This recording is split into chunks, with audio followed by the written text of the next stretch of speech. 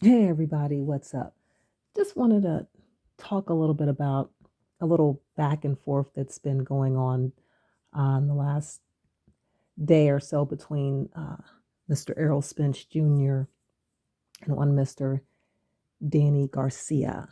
Um, so when Danny Garcia won the fight Saturday night against Jose Benavidez at 154, okay, at 154 pounds, he brought up, and I addressed this in a previous video, that he'd been having some, anxiety, depression is his struggles with his, emotional and mental health. And I said in a prior video that I had, I appreciated that. I said that Danny is kind of hard to read. He seems a little closed off sometimes. And, I kind of like hearing that side of him. Kind of sometimes makes people seem a little bit more human when they admit that, there's some vulnerability there, that nobody can keep it together all the time. Well, apparently Errol Spence heard that, and I don't know. I think he took that the wrong way. I think he felt as if somehow Danny was dismissing what he had went through himself when he had his accident in September of 2019, I believe it was. And he tweets out that, basically nobody cares. I don't care. You're a rich MFer. And so what? There's people that went through worse than you. I'm sure my elders and people before me went through worse. Nobody cares about basically a rich guy complaining about their anxiety issues. And what I want to say to that is this. First of all, um, just in general life, you always have to be very careful about what you say to somebody, because we should all know at this point that everybody in life has their cross to bear. And literally in a sense, nobody's getting out of here alive, meaning no one lives from birth to death with no issues. That's not going to happen. Okay.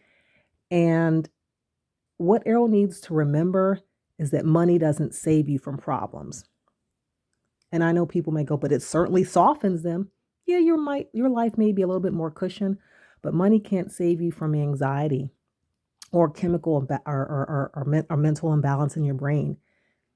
Okay. Any neurosurgeon will tell you that some people and a psychiatrist as well will also will tell you that some people literally will have their brains look different under a scan, right?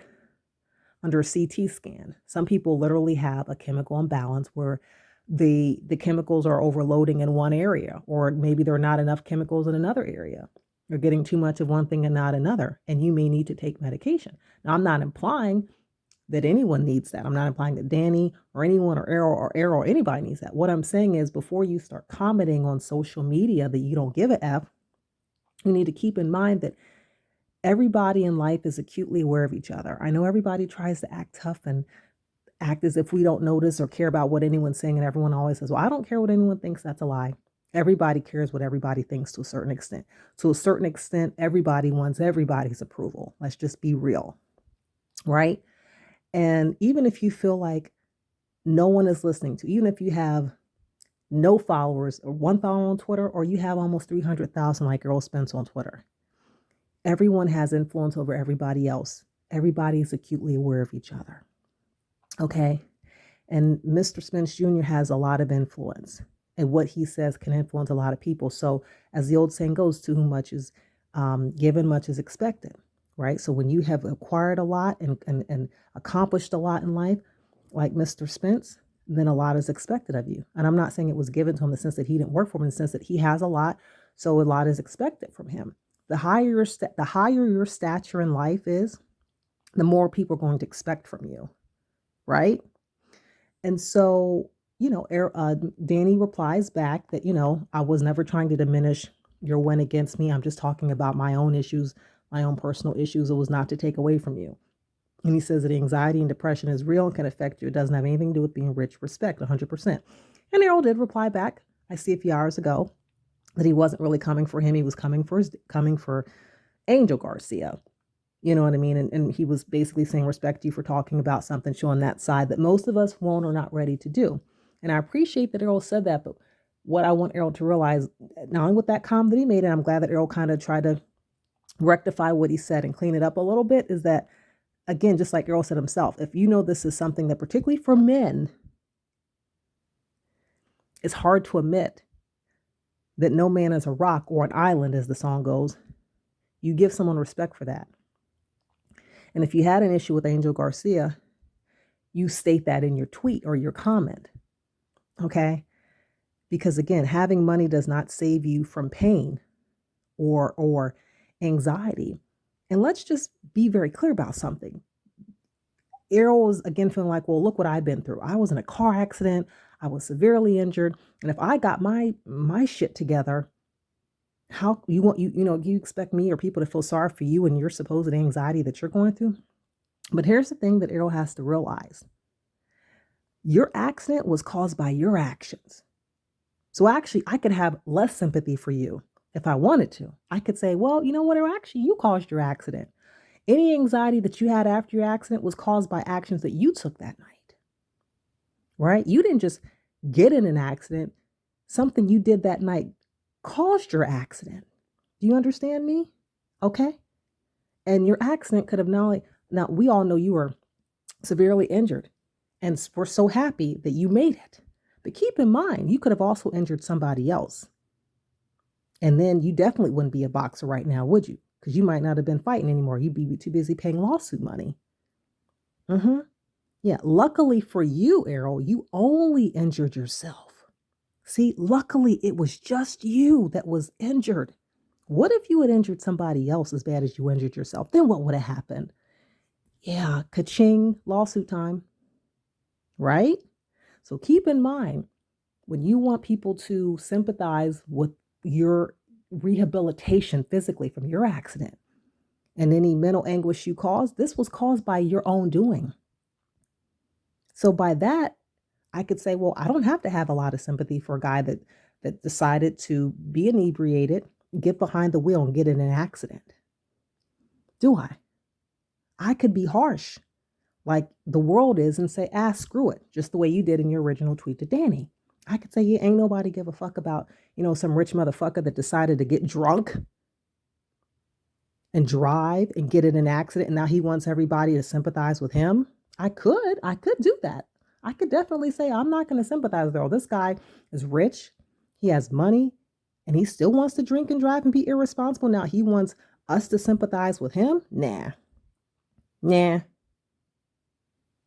But I'm not going to do that. I'm just going to be happy that you made it through the accident and you were well enough to not only heal, but to come back in a year and 15 months later in December of 2020, your fight was with Danny Garcia and win.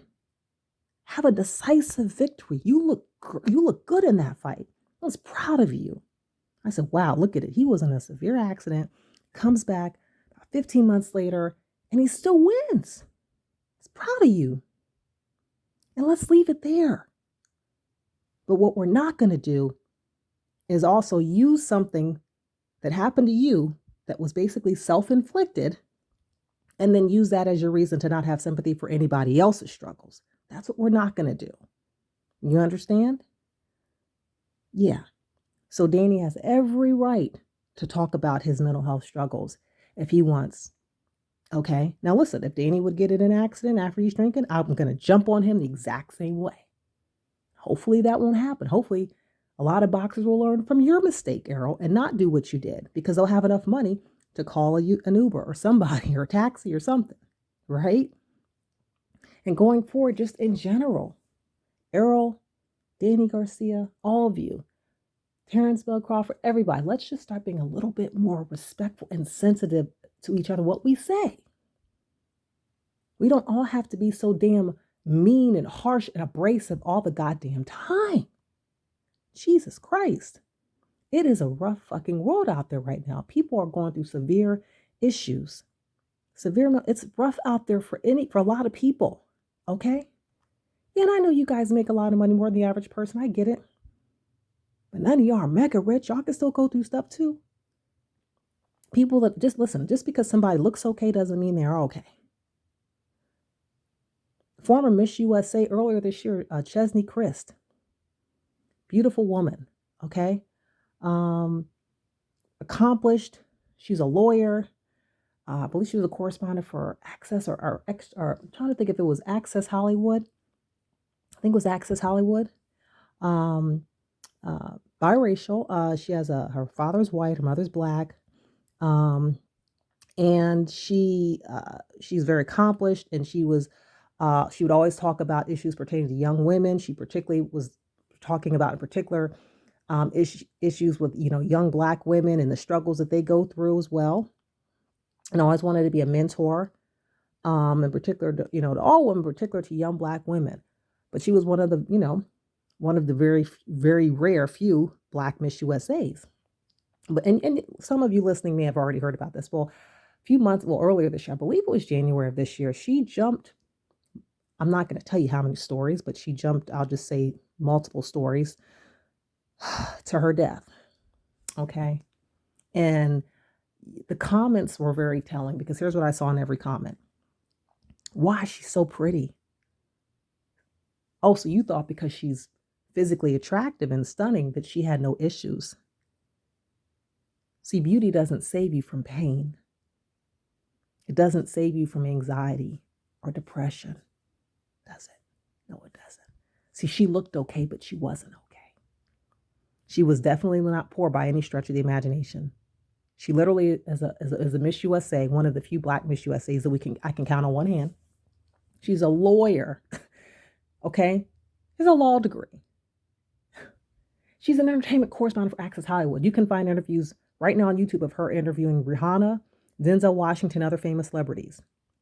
She literally appeared at the definition of having it all, beauty and brains. Think about it.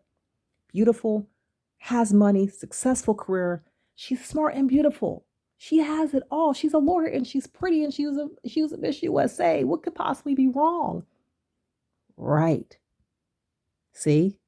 Just because you think that something looks beautiful, just because something appears perfect to you on the outside doesn't mean it is on the inside. She clearly was struggling in a way that we did not see, right?